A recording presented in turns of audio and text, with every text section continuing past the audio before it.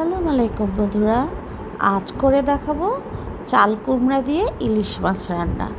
এখন তো খুব ভালো ভালো চাল কুমড়া পাওয়া যায়, আর সেই একটা চাল কুমড়া নিয়ে নিলাম। চাল কুমড়াটা খুব ভালো করে ছুলে তারপর চাকচাক করে কেটে তার মধ্যে একটু লবণ মিশিয়ে ভালো করে মেখে আধা ঘন্টা বা 15-20 মিনিট রেখে দিলে চাল কুমড়ার থেকে পানি বের হবে। সেই চাল কুমড়াটা রান্না করলে কিন্তু অনেক নরম হবে এবং রান্নাটাও তাড়াতাড়ি হবে।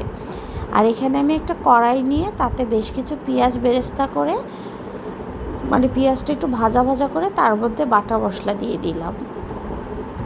দিয়ে দিলাম আদা বাটা, রসুন বাটা, পেঁয়াজ বাটা খুব সামান্য পরিমাণ, আধা চামচ করে, আর দিয়ে দিলাম লবণও আধা চামচের মতো।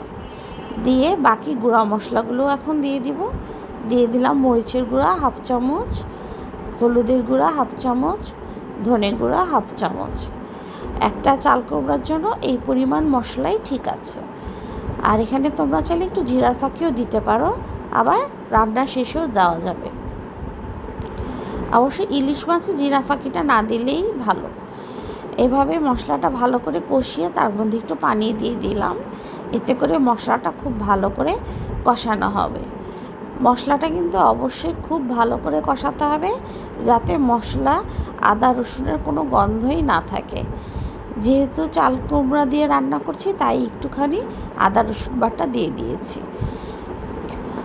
এই তো মশলাটা যখন একদম তেলের উপর চলে আসবে, তখনই বুঝতে হবে মশলাটা আমার খুব ভালো করে কষানো হয়ে গেছে। এভাবে মশলাটা অনেকক্ষণ চুলায় রেখে জাল কমিয়ে আস্তে আস্তে ভালো করে মশলাটা কষিয়ে তারপর এখন ধুয়ে রাখা ইলিশ মাছগুলো দিয়ে দিলাম। এখানে ইলিশ মাছের মাথা, লেজ আর টুকরো দিয়ে দিলাম। ছোট একটা ইলিশ মাছের 2টা মাথা, 2টা লেজ আর কিছু টুকরো দিয়ে দিলাম। দিয়ে এখন এই মশলাটা আমি কিন্তু ইলিশ মাছের সাথেও খুব ভালো করে কষিয়ে নিব, একদম খুব ভালো করে। এখন এই মশলাতে যেটুক পানি আছে, এই মশলাটা দিয়ে ভালো করে নেড়ে চেড়ে 5-7 মিনিট ভালো করে কষিয়ে নিতে হবে। যত ভালো কষানো হবে তত বেশি স্বাদ আসবে মাছটার তরকারিতে। এখন একটু সামান্য পানি দিয়ে দিলাম।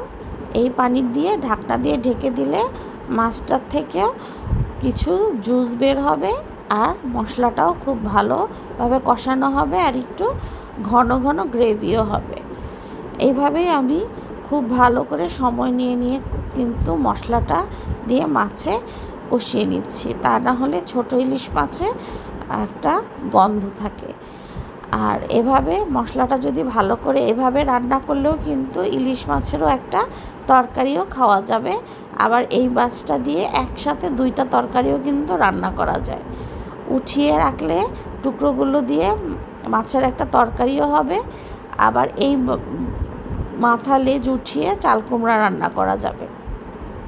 তো আজকে যেহেতু চাল কুমড়া রান্না করব, তার জন্যই মশলাটা ভালো করে কষিয়ে এখন একটু কাঁচামরিচও দিয়ে দিচ্ছি এই পর্যায়ে, তাহলে কাঁচামরিচের সুন্দর গন্ধ বের হবে। এভাবে ভালো করে যখন ঝোলটা একদম একটু কমে আসবে, তখন আমি বেড়ে মাছগুলো উঠিয়ে নিব। যেহেতু চাল কুমড়াটা আমি ভালো করে সিদ্ধ করতে হবে, তা না হলে মাছের কাঁটাগুলো নাড়াচাড়াতে ভেঙে যাবে, এই জন্য মাছগুলো উঠিয়ে নিচ্ছি।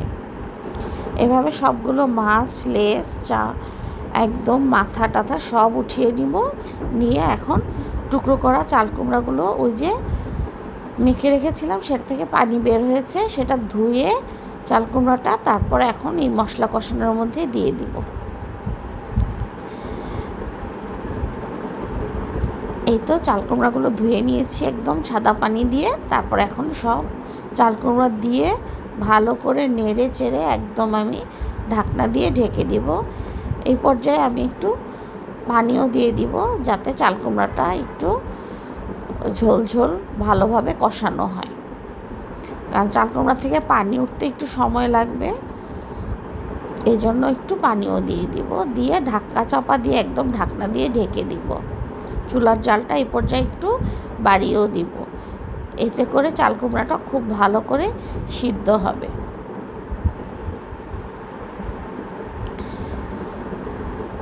চাল কুমড়া রান্না করতে মরিচের গুঁড়া ব্যবহার করলে কোনো সমস্যা হয় না, কিন্তু লাউ রান্না করতে গেলে মরিচের গুঁড়া ব্যবহার করা যায় না, তাহলে লাউয়ের স্বাদ নষ্ট হয়ে যায়।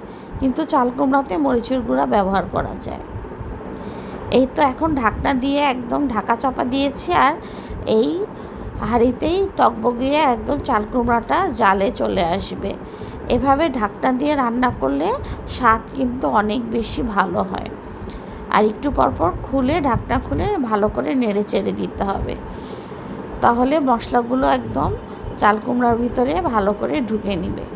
এভাবে যতক্ষণ পর্যন্ত চাল কুমড়াটা একদম মশলা ঢুকে পানিটা কমে না আসে ততক্ষণ কিন্তু আমি নাড়াচাড়া দিতে থাকবো। এইভাবে ঢাকনা দিয়ে ঢেকে ঢেকে একটু রান্না করে নিব। যখন দেখব চাল কুমড়াটা হয়ে আসছে, তারপর আমি মাছটা বিছিয়ে দিব। এক্ষেত্রে আমি কিছু মাছের লেজ, মাছ আর মাথাগুলো দিয়ে দিব। এই তো পানিটা যেহেতু একটু কমে আসছে, এখন আমি এগুলো মাছগুলো দিয়ে আবার ঢাকনা দিয়ে ঢেকে দিয়ে আবার 10-15 মিনিট অপেক্ষা করতে হবে। এভাবেই ঢেকে ঢেকে চাল কুমড়াটা রান্না করলে কিন্তু আস্তে আস্তে চাল কুমড়া থেকে ঝোল বের হবে, আর মাছটা যেহেতু আগেই কষানো ছিল, সেই মাছটার থেকেও এখন মিশে যাবে চাল কুমড়ার সাথে, সেটা থেকেও একটা রস বের হবে, ঝোল বের হবে।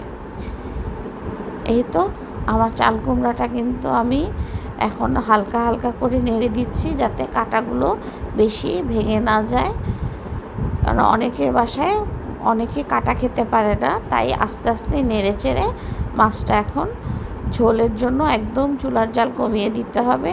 এই পর্যায়ে তোমরা চাইলে কেউ কেউ কাঁচামরিচ আর ধনেপাতাও দিতে পারো। এই তো আমার রান্নাটা কিন্তু একদম প্রায় হয়ে আসছে, একদম শেষের দিকে। এই অবস্থায় তোমরা রেখে চুলার জালটা কমিয়ে দিবে এবং আস্তে আস্তে হতে থাকবে। এভাবে রান্না করলে কোনো রকমের ঝামেলা হবে না। আমি আজকে খুব সহজভাবে সুন্দর করে একদম প্রথম থেকে শেষ পর্যন্ত প্রতিটা টিপস আর ট্রিক্স সহ বলে দিলাম। তোমরা কিন্তু এভাবেই রান্না করতে পারো অল্প মশলায় চাল কুমড়া তরকারিটা। খুবই মজা হয় গরম ভাতের সাথে। এরকম এখন চাল কুমড়া খেলে কিন্তু খুবই ভালো লাগে, পেটটাও ঠান্ডা থাকে আর শরীর স্বাস্থ্যও ভালো থাকে। তো আশা করি সবার আমার ভিডিওটা ভালো লেগেছে। যদি ভালো লাগে তাহলে লাইক এবং সাবস্ক্রাইব করে আমার পাশে থেকে এতক্ষণ পাশে থাকার জন্য সবাইকে অনেক ধন্যবাদ।